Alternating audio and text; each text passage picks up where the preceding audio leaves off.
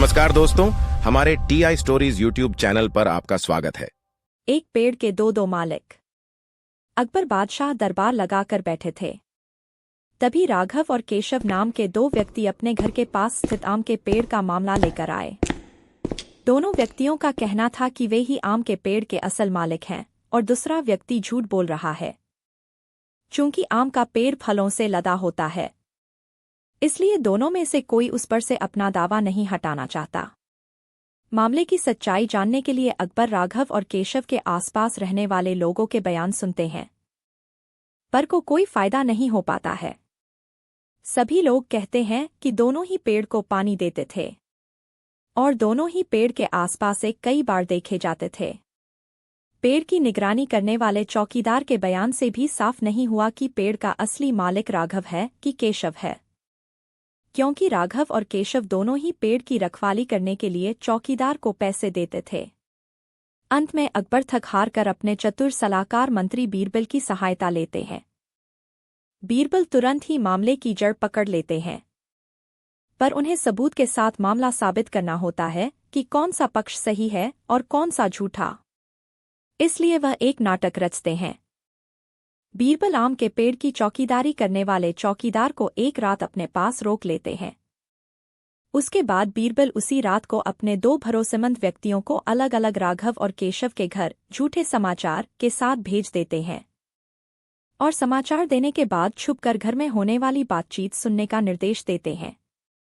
केशव के घर पहुंचा व्यक्ति बताता है कि आम के पेड़ के पास कुछ अज्ञात व्यक्ति पके हुए आम चुराने की फिराक में है, आप जाकर देख लीजिए।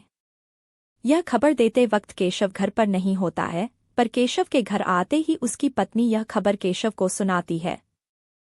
केशव बोलता है, हाँ, सुन लिया, अब खाना लगा। वैसे भी बादशाह के दरबार में अभी फैसला होना बाकी है, पता नहीं हमें मिलेगा कि नहीं। और खाली पेट चोरों से लड़ने की ताकत कहाँ से आएगी? वैसे भी चोरों के पास से तो आजकल हथियार भी होते हैं। आदेश अनुसार झूठा समाचार पहुंचाने वाला व्यक्ति केशव की यह बात सुनकर बीरबल को बता देता है। राघव के घर पहुंचा व्यक्ति बताता है, आपके आम के पेड़ के पास कुछ अज्ञात व्यक्ति पके हुए आम चुराने की फिराक में है, आप जाकर देख लीजिएगा। यह खबर देते वक्त राघव भी अपने घर पर नहीं होता है, पर राघव के घर आते ही उसकी पत्नी यह खबर राघव को सुनाती है।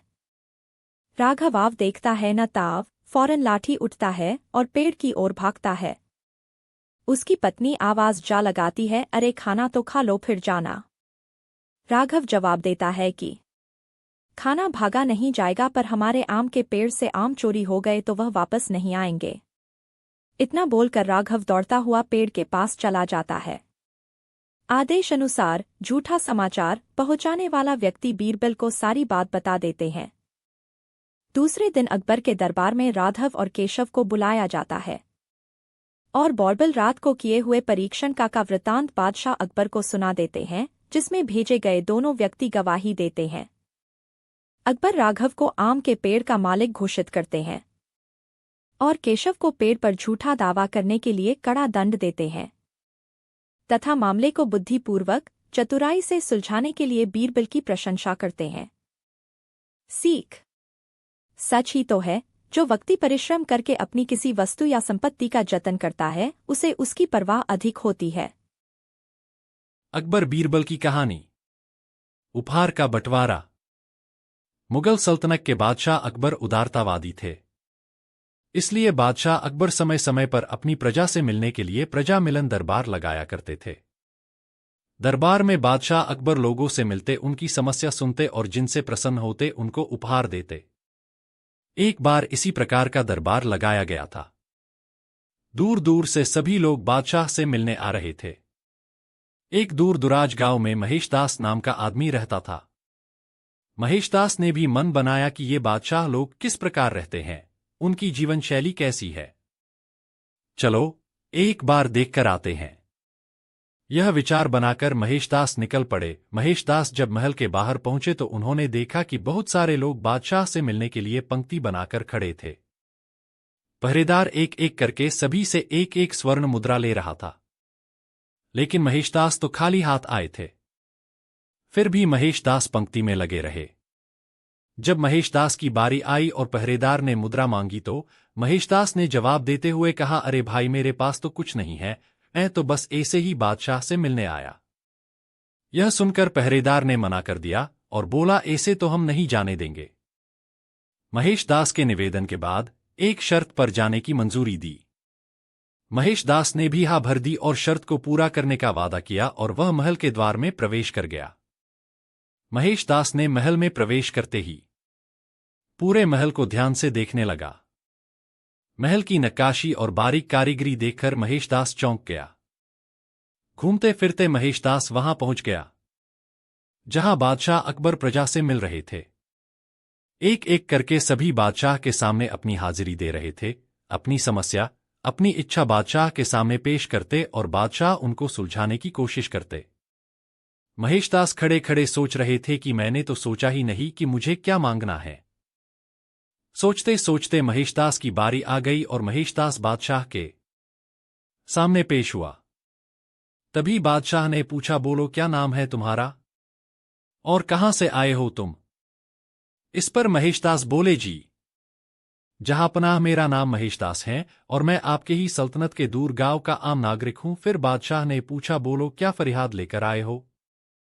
इस पर महेश दास कहते हैं, जी जहांपनाह मुझे कुछ नहीं चाहिए, मैं तो बस आपसे ही मिलने आया हूं। यह सुनकर बादशाह खुश हुए और बोले, तुमने अपना नाम क्या बताया? महेश दास ने जवाब दिया, जी महेश दास। बादशाह अकबर प्रसन्न होते हुए बोले, हाँ महेश दास, हम तुम्हारी उदारता से अति प्रसन्न हुए। तुम बादशाह अकबर के दरबार में खड़े हो, हम तुमको ऐसे ही खाली नहीं जाने देंगे। अगर तुम यहां से खाली हाथ जाओगे तो यह हमारी शानो शौकत को शोभा नहीं देगा। महेश दास तुम कुछ भी मांग सकते हो। बादशाह के इतने आग्रह पर महेश दास ने अपनी फरमाइश पेश करते हुए बोले, जहांपनाह मुझे अपनी नंगी पीठ पर 100 कोड़े चाहिए। बादशाह ऐसी फरमाइश सुनकर चौंक गए। बादशाह ने कारण पूछा तो महेश दास ने कहा, बाहर जो आपका पहरेदार खड़ा है उसके साथ हमारी एक शर्त लगी है कि दरबार से हमको जो कुछ भी मिलेगा उसका आधा हिस्सा उसको देना पड़ेगा। बादशाह ये सुनकर थोड़े बौखला गए और उन्होंने मुंह बनाकर पहरेदार को बुलाने का आदेश दिया। पहरेदार ने बादशाह को झुककर सलाम किया। बादशाह ने व्यंग्य में उससे कहा, हम तुम्हारी पहरेदारी से प्रसन्न हुए। हमने निश्चय किया है महेश दास ने जो भी मांगा उसका आधा हिस्सा तुमको देंगे। पहरेदार यह बात सुनकर खुश हुआ और बोला, जी जहांपनाह, जैसा आप उचित समझे। उसके उतना कहते ही बादशाह बोले, क्या तुम सुनना नहीं चाहोगे कि इसने फरियाद की? जी जहांपनाह, जरूर। पहरेदार बोला, महेश दास ने 100 कोड़े मांगे है और हमने इसकी मंजूरी भी दे दी। बादशाह ने गुस्से में आकर सैनिकों से कहा, इसे गिरफ्तार कर लो और इसकी अच्छे से फरियाद पूरी करो। इसके बाद वे महेश दास से बोले, हाँ तो महेश दास, तुम हमको बेहद पसंद आए। क्या तुम हमारी दरबारी में कोई काम करना चाहोगे? यह सुनकर दरबार में से खड़े होकर मुल्ला जी बोले, जहांपनाह, ऐसे कैसे किसी को भी आप दरबारी में ऐसे कैसे रख सकते हैं? मेरा मतलब ना कोई जान पहचान न कोई लेना देना।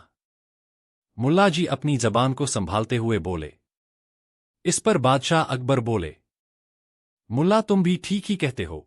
अच्छा तुम ही बताओ कि इसको कैसे परखा जाए? बादशाह बोले। मुल्ला जी सोचकर बोलते हैं, अगर ये यह बता दे कि मेरे दिमाग में क्या चल रहा है तो शायद बात बन जाए। बादशाह ने तुरंत महेश दास की ओर देखते हुए पूछा, महेश दास, क्या तुम इस प्रश्न का जवाब देना चाहोगे? महेश दास ने जवाब में कहा, जी जहांपनाह, जरूर। मुल्ला जी, आपके दिमाग में अभी ये चल रहा है कि बादशाह अच्छे हैं और वो हम सभी का कल्याण करते हैं। हमें बादशाह से कोई शिकायत नहीं है। क्या मुल्ला जी हम सही कह रहे हैं ना?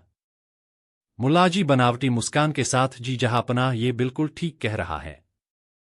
इस पर बादशाह पूछते हैं, क्या मुल्ला अभी और तुम्हें कोई प्रश्न पूछना है क्या? इस पर मुल्ला जी बोलते हैं, नहीं जहांपनाह। तो महेश दास, हम तुम्हें अपनी दरबारी में काम करने को आमंत्रित करते हैं, लेकिन हम तुमको एक नाम देना चाहेंगे। महेशदास नेहा भरते हुए का जी जहांपना आपका हुक्म सर आंखों पर। हमारा दरबार और पूरी मुगलिया सल्तनत तुमको बीरबल के नाम से जानेंगी। इस प्रकार बीरबल को मुगल सल्तनत में पदवी मिली। तो दोस्तों, हमने अकबर बीरबल के इस कहानी उपहार का बंटवारा से क्या सीखा? हमारी बुद्धि और ईमानदारी हमको कभी जीवन में हरा नहीं सकती। इसलिए अपनी बुद्धि का उचित प्रयोग करने के साथ साथ ही ईमानदारी का होना भी उतना ही जरूरी है। आपको यह कहानी कैसी लगी कमेंट्स करके बताएं। Thanks for watching. आपको ये वीडियो कैसी लगी कमेंट्स में जरूर बताएं दोस्तों। ऐसी ही और वीडियो देखने के लिए हमारे चैनल को लाइक, शेयर और सब्सक्राइब करें।